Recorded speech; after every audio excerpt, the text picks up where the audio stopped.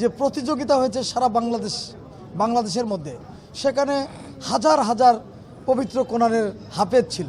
সেই হাফেজদের মধ্য থেকে আমাদের সিরাজগঞ্জের তাহফুজুল মডেল মাদ্রাসার ছাত্র রাহিমুল ইসলাম প্রথম স্থান অধিকার করেছে।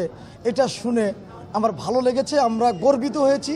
আমি সঙ্গে সঙ্গে ওই মাদ্রাসার প্রিন্সিপালের সঙ্গে কথা বলেছি যে আমি রাহিমুল ইসলামকে একটি সম্বর্ধনা দিতে চাই Sirajganj chamber of commerce and ইন্ডাস্ট্রির পক্ষ থেকে। সেই ধারাবাহিকতায় আজকে রাহিমুল ইসলামকে আমি চেম্বার অফ কমার্সের পক্ষ থেকে আমি সম্বর্ধনা দিলাম এবং আমি দায়িত্বও নিয়েছি রাহিমুল ইসলাম যে পড়াশোনা করবে ইনশাল্লাহ এই পড়াশোনার বিষয়ে আমার সার্বিক সহযোগিতা থাকবে প্রতি মাসে। রাহিমুল ইসলাম কিন্তু একজন এতিম, বাবা নেই মা নেই, আমিও একজন এতিম, আমারও বাবা নেই মা নেই। এবং আপনারা জানেন বর্তমান আমাদের যিনি নেতৃত্ব দিচ্ছেন জনাব তারেক রহমান, ওনারও কিন্তু মা নেই বাবা নেই।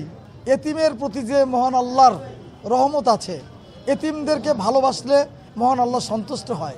হাফেজ রাহিমুল ইসলাম সারা বাংলাদেশের মধ্যে প্রথম স্থান অর্জন করেছেন।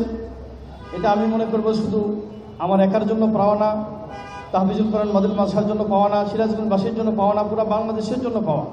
আমরা এখানে দাঁড়িয়ে প্রতিশ্রুতি দিচ্ছি আল্লাহ তৌফিক দান করলে যতদিন পর্যন্ত ওর লেখাপড়া শেষ না হয়, ও নিজের পায়ে দাঁড়ানোর অবস্থানে না দাঁড়ায়, ততদিন পর্যন্ত ইনশাল্লাহ আমাদের এই সহযোগিতা তথা মুরব্বীর যে হাত দৃষ্টি সেটা ইনশাল্লাহ আমরা ওর উপর রাখবো।